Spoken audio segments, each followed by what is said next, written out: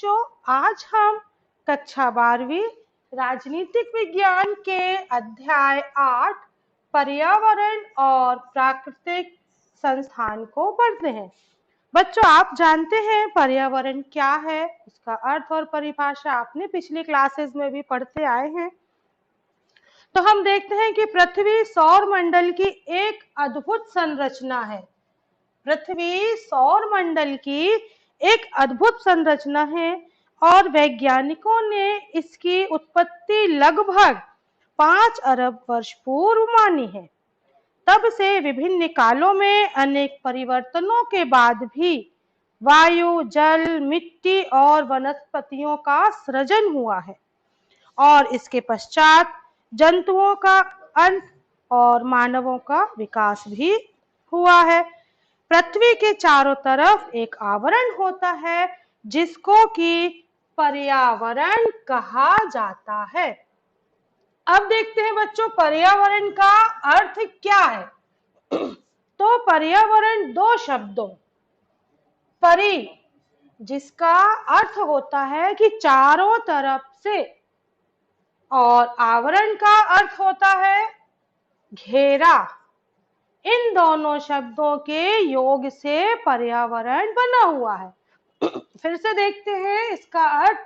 पर्यावरण दो शब्दों परि अर्थात जो चारों ओर से, और आवरण जिसका अर्थ होता है घेरा, के योग से बना हुआ है। इसको देखते हैं, परिधन आवरण।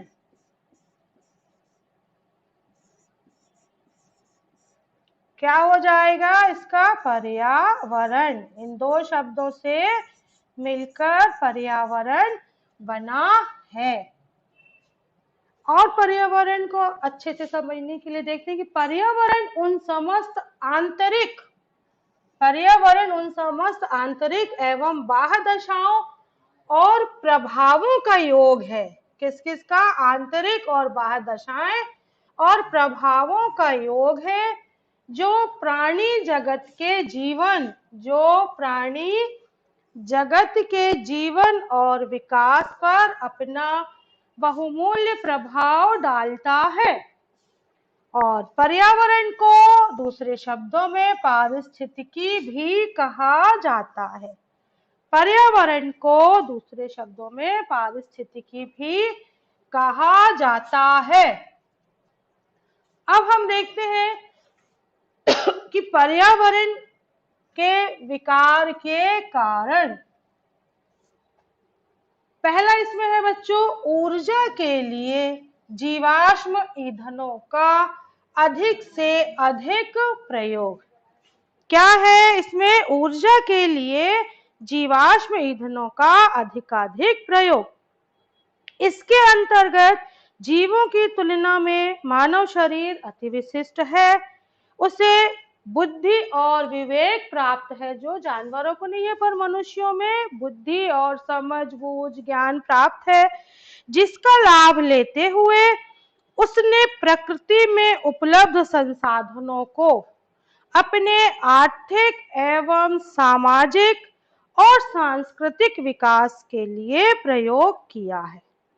और मनुष्य ने अपनी बुद्धि के प्रयोग पर पृथ्वी में उपस्थित हानिकारक तत्वों को परिष्कृत कर उनका उपयोग करना भी प्रारंभ कर दिया है। जो मनुष्यों के लिए हानिदायक है उनको परिष्कृत कर उनका उपयोग कैसे किया जाए, यह मनुष्यों ने अपनी बुद्धि, विवेक और ज्ञान के द्वारा किया गया है। अब इसका दूसरा कारण है जनसंख्या में वृद्धि। तो देखा आपने, जनसंख्या में वृद्धि तो बहुत से विकारों का और असफलताओं का कारण है, और पर्यावरण के विकार का भी बहुत महत्वपूर्ण कारण है जनसंख्या में वृद्धि।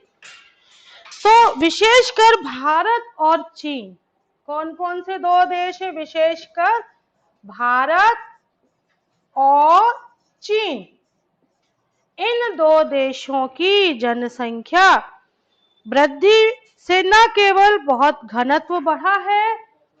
अब बच्चों, जनसंख्या में वृद्धि।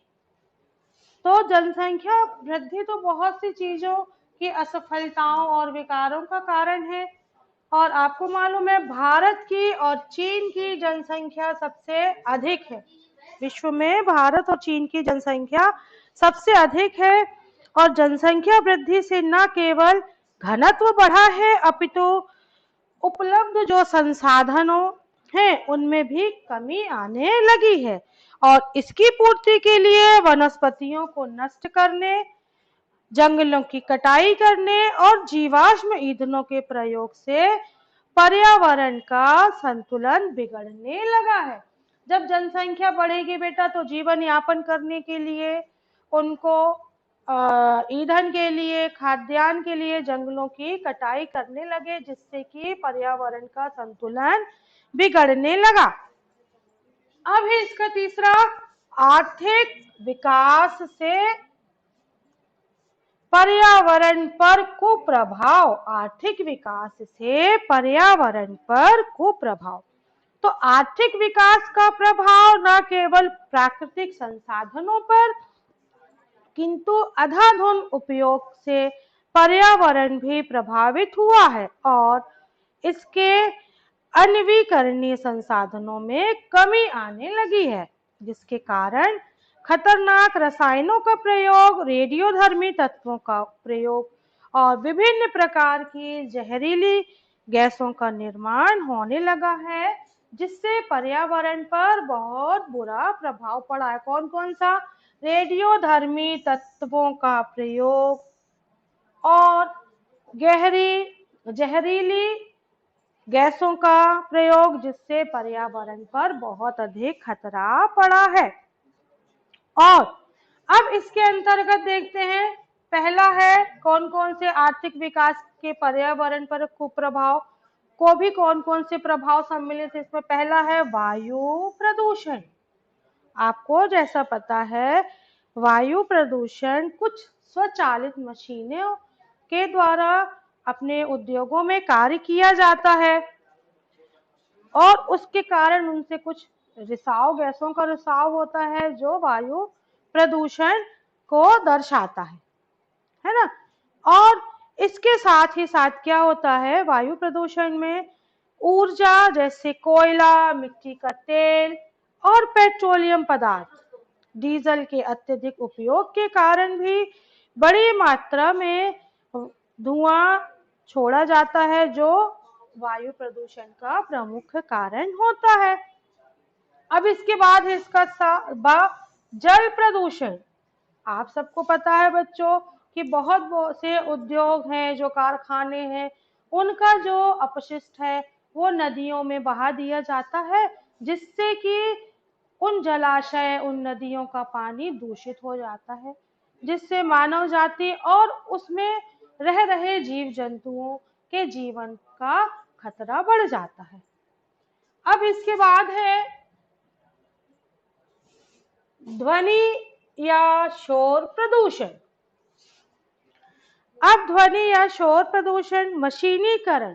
आजकल प्राय कार्य काहे से होते हैं? मशीनों से होते हैं। जो मशीनें बहुत आवाज निकालती हैं, उद्योगों में कार्य करती हैं और मशीनी तथा स्वचालन की प्रक्रिया से शोर प्रदूषण बहुत अधिक क्या हो गया है, बढ़ गया है, जिसके कारण लोहे इस्पात का उपयोग में होने वाले असंगठित क्षेत्र से निकलने वाला शोर कभी कभी वहां के आसपास के जो क्षेत्र हैं वहां पे रहने वाले लोगों को बहरा भी बना रहा है।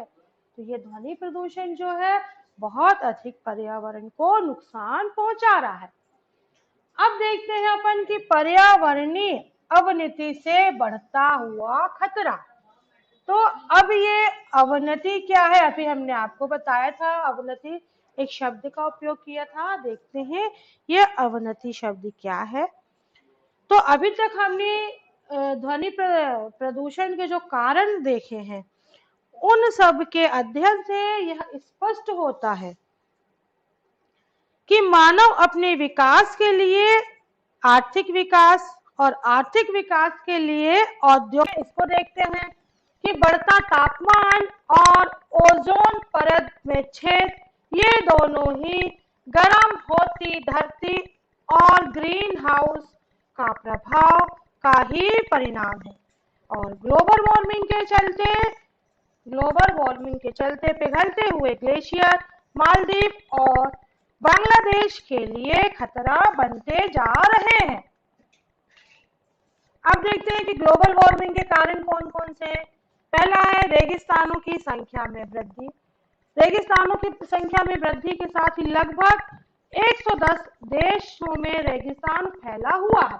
दूसरा है प्रवासी पक्षियों के स्थान परिवर्तन के समय में बदलाव। ये ग्लोबल वार्मिंग के कारण ऋतुओं में परिवर्तन हो रहा है, जिससे जो प्रवासी पक्षी हैं उनके स्थान परिवर्तन में भी बदलाव आ रहा है। फिर है विश्व के कई शहर जो समुद्र के किनारे बसे हैं वह डूब गए, क्योंकि ग्लेशियर पिघल रहा है, समुद्र का जल स्तर बढ़ रहा है, तो समुद्र के आसपास जो देश बसे हुए हैं वह क्या हो रहे हैं, डूब गए।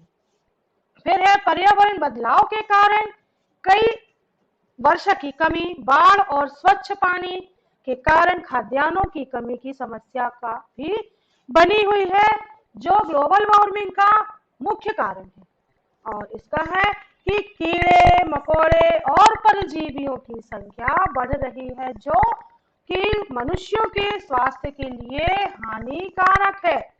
ग्लोबल वार्मिंग के कारण कीड़े मकोड़े और परजीवियों की संख्या बढ़ रही है, जो कि ग्लोबल वार्मिंग का कारण है और पर्यावरण का खतरा बना हुआ है।